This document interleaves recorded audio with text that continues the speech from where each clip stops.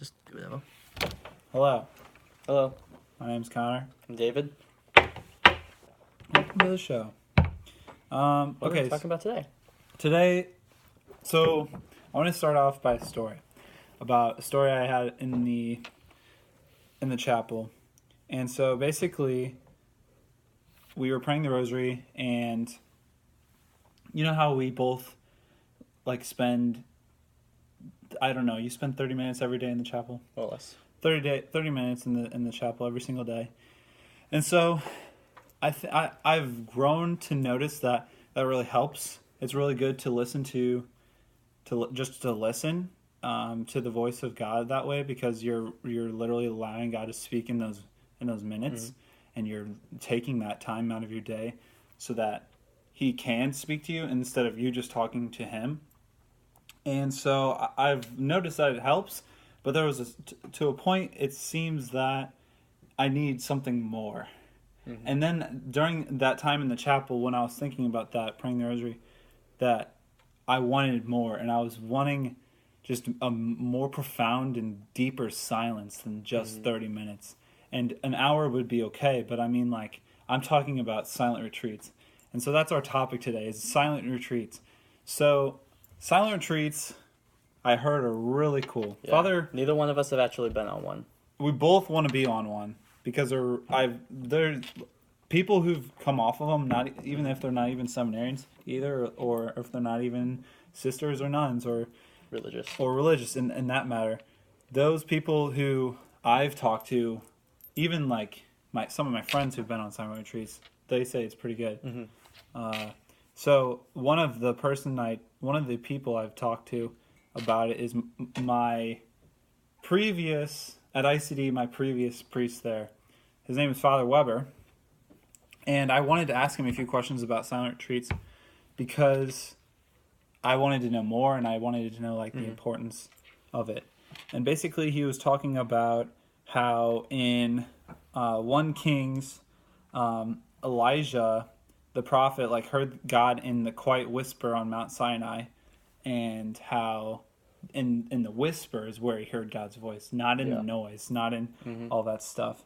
The hermits who went out into the desert, Saint Anthony of the Desert, I don't know if you know him. He's a pretty good saint who prayed in the silence. He made it to saint. I say he is pretty good. I haven't looked into his story. Anything important, or I mean, obviously he's a saint, but anything sticking out, you can't think of anything. No. Yeah. So basically, we both want to go on a silent retreat. Mm-hmm. And Father Weber was basically saying how our lives are so noisy and we're so busy, and the silence is really scary because we don't want to think about ourselves and don't want to think about the bad parts of ourselves, because in the silence is when we really dive deeper into that state where we can listen to God, basically tell us what is wrong with us. It's like the part when in a day-to-day life where you put on a false face, and you go through life just putting on this false persona to everyone around you, to everyone think that you're okay, you're doing fine. But like you said, people don't want to take that away and come back to their real self, because in the silence, when there's no one around, that's when they realize who they are, that I'm broken, I'm a mess. Yeah. And it's a scary thing, and a lot of people don't want to come to God with that. Yeah, it is pretty scary. Yeah, I don't know if you've had any experiences in chapel where you're just you just realize how much you need, or anywhere for that matter, in the silence. Where, well, I mean, for me, it was the first time that I really realized that I wanted to start spending 30 minutes every single day, regardless of what I had during that day. I wanted to set aside that time. Was when I used to have this teacher, this apologetics teacher, and he worked at my high school. And so he basically was reading us this book. Actually, this book is called Time for God. I want to read that book. I want you to read that book too. Okay. It's a good book. And basically, in the book Time for God, it's about making time for God. Hence the name, Time for God. And he basically said that regardless of what time you have in the day, regardless of what's going on, regardless of any busyness that's going on in the day, set aside starting off with like 10 minutes, 15 minutes. If you're going to set aside like 5 minutes for Jesus, what is that saying? That's only 5 minutes that's one, I don't know fractions, but 5 minutes is not a lot out of a 24-hour day. Not a lot. And so like spending 15 minutes, okay, now you're like, that's a person that you would talk to just in like maybe like if you saw them once and then you just want to catch up on life. But like 30 minutes to like an hour, 20 to 30 minutes to an hour, like that's when you started getting into the deeper conversations. And like you're literally just giving your time so that he can talk and that you can just listen. Yeah, I mean, I've had people talk to me about like tithing your time in a way. It's like you're college students, you don't have money to spend. Right. But if you can give 2 hours a day to God, and that like it's broken up between rosary, praying, just thinking about God, reading religious books, which is more possible than you think. Like if you're just thinking in between walking from classes, before you go to bed, like I think I easily clock at least 2 hours of at least thinking about God. You know, I've never thought about it that way. For me, it's always been go to the chapel because that's where the tabernacle is. But I probably could. You know, we can walk around campus and listen to like a Father Mike Schmitz podcast or anything religious for that matter, and with our headphones, we could literally just. That's so simple. That's so easy if you think about it. Yeah. Gosh, I kind of want to do that now. That made me think of that. Yeah, but anyways, this silent retreat thing, I think we should. I mean, for me, the reason I kind of want to do this is just that profound silence and just. We were talking to Father Franklin before this, and he was talking about. Hold on, let me regather my thoughts on what he said. Can you remember anything? Well, it's kind of like within the busyness of life, it's just you get so much noise stuff thrown at you like all the time. It's like you need to take a step back, just kind of like realize that you need more, and to kind of look at yourself and just like see like where am I at like this stage of my life, and like who am I, and what do I need to like work better on. And it's within a silent retreat that you're able to do that. Yeah, he was. Oh yeah, okay. So he was talking basically about how it's hard the first because you're literally just. I mean, could you imagine just not being able to talk? I'm such a social person that I can't stand not talking. Even 30 minutes is hard.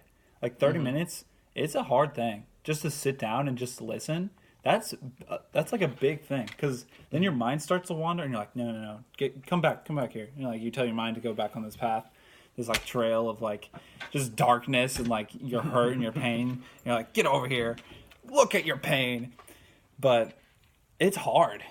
It's really hard. And 24 hours, that's a lot.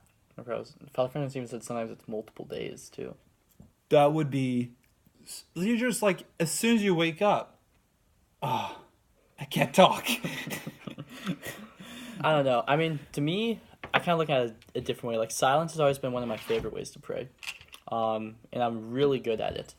Now, like, if I try to have a conversation with God, sometimes my mind wanders more than if I just sit in silence. Yeah. I'm just able to, like, kind of shut off my mind, and I, like, focus on my breathing. If that you breathe weird, in but and then you breathe. I know what you mean. Focus on that, like that just like clears my mind, and I just like can sit in silence for. I don't think I've ever done an hour, but like half an hour usually I can do pretty well. Lately I have known that I haven't been doing that as much, though. I have been getting a little more distracted, but I always thought that I could do pretty well. Like, you know, like when people like say they're gonna like lock themselves in a room for like 3 days and like have nothing to do. I always thought I'd be really good at that. There was a YouTuber who did that. Did you ever see that? Vsauce? Yeah. Yeah. He apparently went insane because was it a silent room? It was a silent room, yeah. Yeah, so that's a little different. That is a little different. But I really, as weird as this sounds, I really want to do it on campus. Like, I don't know what I would like. Maybe have a piece of paper to tell people that I'm shutting myself off for a day. I know that sounds a little. It sounds a little It does like sound a little weird. weird, but I really want to do that. Maybe it could be on a day off. That's the thing. It's like with a silent retreat, I think you're supposed to you're supposed to spend time thinking about yourself, talking to God. I just think just because you aren't talking doesn't mean you can't like talk to God in your head. You can't talk to yourself in your head. Yeah.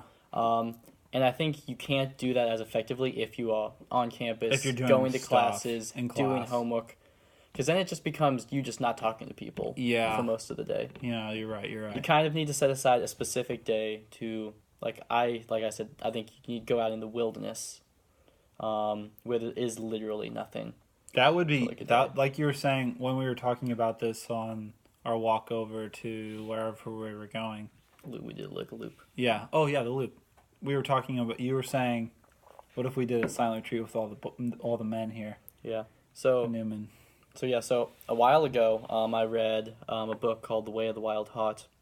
It's about discovering the secret of a man's soul, and one of the key themes that the guy recommends is going out, like I said, usually into the wilderness to just be with God.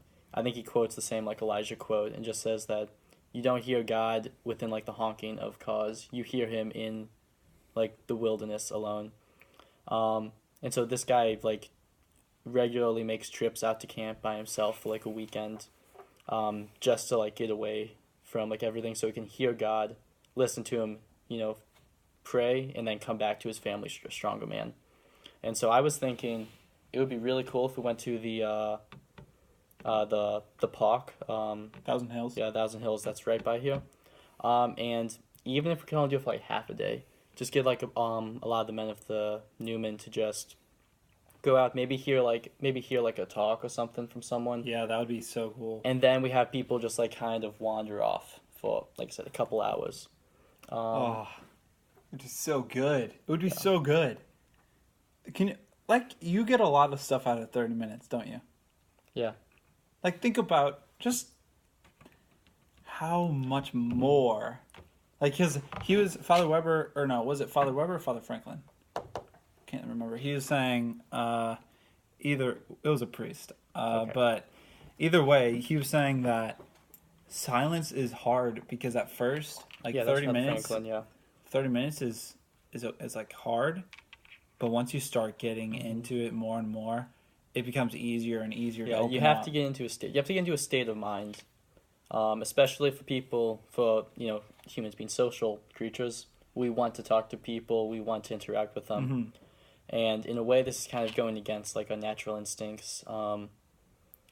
Yeah, But the ultimate goal is for us to become more social with God and to become To learn listen. more about ourselves. Yeah, which you kind of the only way to do that is to kind of say, I need to take a break from all the people. you're just like shutting yourself off completely.